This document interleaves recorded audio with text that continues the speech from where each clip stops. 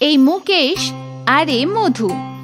মুকেশের অনেক দিনের ইচ্ছে যে সে একটা বাইক কিনবে। এই ইচ্ছে পূরণ করার জন্য সে তার রোজের উপার্জন থেকে কিছু পয়সা ঘরাতে রাখত, কিন্তু মধুর এটা একদম পছন্দ ছিল না। আমারই ফাটা কপাল, অন্য স্বামীরা তার স্ত্রীর গয়না বানানোর জন্য পয়সা জমায়, আর আমার স্বামী তার ভটভটি কেনার জন্য পয়সা জমাচ্ছে। অন্য স্ত্রীরা তাদের পণের সঙ্গে পটপটি নিয়ে আসে, বলে তাদের স্বামীদের আর টাকা জমানোর দরকার হয় না, বুঝেছো? এরপর পটপটি নিয়ে আর কিছু বলবে না। মধু যাই বলুক, মুকেশ যেভাবেই হোক বাইক কিনেই ছাড়বে। ও প্রতিবার মধুর কথা চুপ করিয়ে দিত। মুকেশ প্রতিদিন পয়সা জমাতো, আর একদিন তার ঘড়া ভরে গেল। এখন অনেক পয়সা জমে গেছে। মুকেশ ঘড়া ভাঙলো আর পয়সা গুনতে বসে গেল। মধু এত পয়সা দেখে অবাক হয়ে গেল। সব মিলিয়ে 12,130 টাকা হয়েছে। বাপরে, এত টাকা! এটাও তো কম। এটা দিয়ে তো আমি কোনো সেকেন্ড হ্যান্ড বাইকই কিনতে পারবো। কিন্তু যাই হোক, আমাকে তো বাইক কিনতেই হবে। মুকেশ সব টাকা নিয়ে চলে গেল। ভাই, আমাকে একটা ভালো বাইক দেখাও। এটা দেখুন, মাত্র 1 বছরের পুরনো। এর দাম কত? 40,000। বাবা রে, কোনো সস্তার বাইক দেখাও না ভাই। কত টাকা আছে আপনার কাছে? 12,000। মেকানিক মুকেশকে ওপর থেকে নিচ পর্যন্ত দেখলো। এই টাকায় তো এটাই হবে, আমার চলবে। ঠিক আছে, আপনি এই বাইককে চকচকে করে দিচ্ছি, কিন্তু আপনাকে আগেই বলে দিচ্ছি, এই বাইক মাইলেজ দেবে না। 10 বছরের পুরনো। ঠিক আছে, আমার চলবে। মুকেশের যেভাবেই হোক বাইক নিতেই হতো, তাই সে মেকানিককে টাকা দিয়ে দিল, আর মেকানিক বাইক পরিষ্কার করে মুকেশকে চাবি দিয়ে দিল। নিজের বাইক কিনে মুকেশ খুব খুশি হয়ে গেল। মুকেশ বাড়ি পৌঁছালো আর জোরে জোরে চিৎকার করতে লাগলো। ও মধু, বাইরে এসো, আর বরণের থালাটাও নিয়ে এসো সাথে। মধু বরণের থালা নিয়ে এলো, আর যখন সে বাইকটা দেখলো তার মুখ ভার হয়ে গেল। এটা কি জঞ্জাল নিয়ে এলে? জঞ্জাল নয়, এটা আমার বাইক। যদি এটা পুরনো, কিন্তু আমার কাছে এটা নতুন। তুমি চুপচাপ পুজো করো। মধু ওই সেকেন্ড হ্যান্ড বাইকের পূজা করলো। চলো তোমাকে একটু ঘুরিয়ে নিয়ে আসি। মধু বাইকের পেছনে বসলো আর মুকেশ বাইক চালাতে লাগলো। মুকেশ খুব খুশি ছিল। জীবনে প্রথমবার ও নিজের বাইক চালাচ্ছিল। বলো বলো, কেমন? ভালো আর কি। মধু এই পুরনো বাইক একদমই পছন্দ করলো না। এরপর দুজনে বাইক করে ঘুরতে লাগলো, কিন্তু হঠাৎই বাইক বন্ধ হয়ে গেল। কি হলো? মুকেশ ট্যাঙ্কের ঢাকনা খুলে দেখলো পেট্রোল শেষ হয়ে গেছে। ওহ, পেট্রোল শেষ হয়ে গেছে। হায় ভগবান! আনন্দের চোটে তো আমি ভুলেই গিয়েছিলাম যে বাইকে পেট্রোলও ভরতে হবে। বাবা, একটা কাজ করো, তুমি বাড়ি চলে যাও, আমি পেট্রোল ভরিয়ে আসছি। ঠিক আছে। মধু বাড়ির দিকে গেল, আর মুকেশ বাইকটাকে টেনে টেনে পেট্রোল পাম্পের দিকে নিয়ে গেল। ও পেট্রোল পাম্পে পৌঁছালো। 500 টাকার পেট্রোল ভরে দাও তো ভাই। আচ্ছা ঠিক আছে। লোকটা গাড়িতে পেট্রোল ভরলো।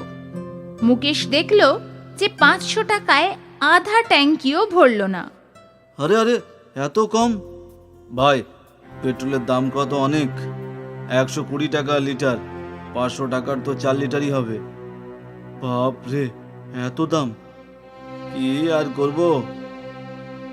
মুকেশ পেট্রোল ভরে বাড়ি চলে গেল। পরের দিন ও বাইক নিয়ে তার কাজে গেল আর বন্ধুদের দেখালো। ও আজও খুব খুশি ছিল। সন্ধেবেলায় সে তার বাইক নিয়ে যখন বাড়ি ফিরছিল, হঠাৎই তার গাড়ি আবার থেমে গেল। আবার এটার কি হলো? মুকেশ ট্যাঙ্কির ঢাকনা খুলে দেখলো পেট্রোল শেষ হয়ে গেছে। এত তাড়াতাড়ি? তখনই তার মেকানিকের কথা মনে পড়ল যে এই বাইক মাইলেজ দেবে না। এদিকে পেট্রোলের এত দাম, তার উপর গাড়ি মাইলেজও দেবে না, তাহলে আমি কি করে গাড়ি চালাবো? মুকেশ গাড়িটাকে টেনে টেনে বাড়ি নিয়ে এলো। টানতে টানতে মুকেশের হাল খারাপ হয়ে গেল। এ কি হয়েছে? গাড়ির পেট্রোল শেষ হয়ে গেছে, তাই অনেক দূর থেকে টেনে নিয়ে আসছি। এবার বোঝো, বলেছিলাম গাড়ির বদলে গয়না কেন, কিন্তু তুমি তো আমার কথা শুনবে না। একে তো আমি হাঁপিয়ে গেছি, তার উপর তুমি আবার শুরু করে দিলে। মুকেশ গাড়ি না নিয়েই কাজে যেতে লাগলো। মধু তাকে জিজ্ঞাসা করলো, আজ গাড়ি নিয়ে যাবে না? পেট্রোলের দাম এত বেড়ে গেছে যে এখন শুধু রবিবারই গাড়ি চালাবো। ঠিক আছে, তোমার গাড়ি তোমারই ইচ্ছে। মুকেশ হেঁটে চলে গেল। পরের পুরো সপ্তাহে মুকেশের বাইক তাদের বাড়ির বাইরেই দাঁড়িয়ে রইল। রবিবার সকালে মুকেশ পেট্রোল নিয়ে এলো আর সে গাড়িতে পেট্রোল ঢাললো। সন্ধেবেলায় যে তার স্ত্রীকে নিয়ে ঘুরতে গেল আর আবার ওর গাড়ির পেট্রোল শেষ হয়ে গেল। মধু রেগে গেল।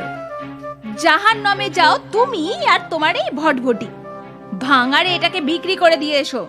মধু রাগে গজ গজ করতে করতে বাড়ির দিকে যেতে লাগলো আর মুকেশ তার মাথায় হাত দিল। ভেবেছিলাম নিজের বাইক করে স্ত্রীকে নিয়ে ঘুরবো, কিন্তু আমি কি করে জানবো যে আমার সঙ্গে এরকমটাই হবে? হে ভগবান, এখন আপনি আমাকে সাহায্য করুন। মুকেশ বলার সঙ্গে সঙ্গে তার সামনে একজন বুড়ো মানুষ এলেন। কি হয়েছে বাবা, তুমি আমাকে ডেকেছো? আরে আপনি আপনাকে কেন ডাকবো? আমি তো ভগবানকে আমার কষ্টের কথা বলছিলাম। এ কি হলো? এই সমস্যা তোমার? এই বাইকটাই আমার সমস্যা। আমি সব সময় বাইক চাইতাম, যার জন্য আমি পয়সা জমিয়েছিলাম। আর যখন আমি বাইক কিনলাম তখনই তো পেট্রোলের দাম বেড়ে গেল। আর এই বাইক পেট্রোল শুষে নেয়, বারবার থেমে যাচ্ছে। আর আমার স্ত্রী আমাকে কথায় কথায় কটূক্তি করছে। ব্যাস এইটুকুই সমস্যা। বুড়ো মানুষটি তার ঝোলায় হাত ঢুকিয়ে মুকেশকে একটা বোতল দিয়ে দিল। এটা কি পেট্রোল?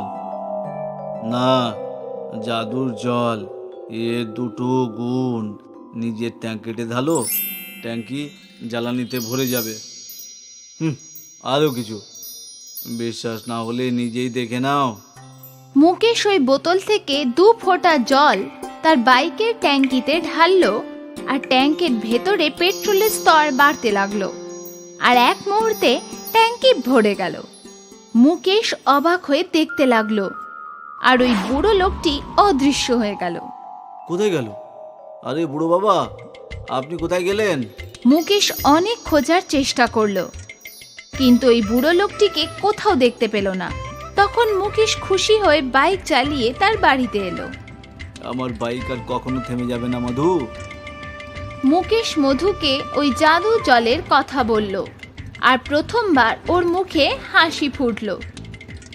মুকেশ রোজ 2 ফোঁটা জল তার ট্যাঙ্কিতে ঢালতো আর ট্যাঙ্কি পেট্রোলে ভরে যেত আর জাদু জলের বোতল কখনো খালি হতো না।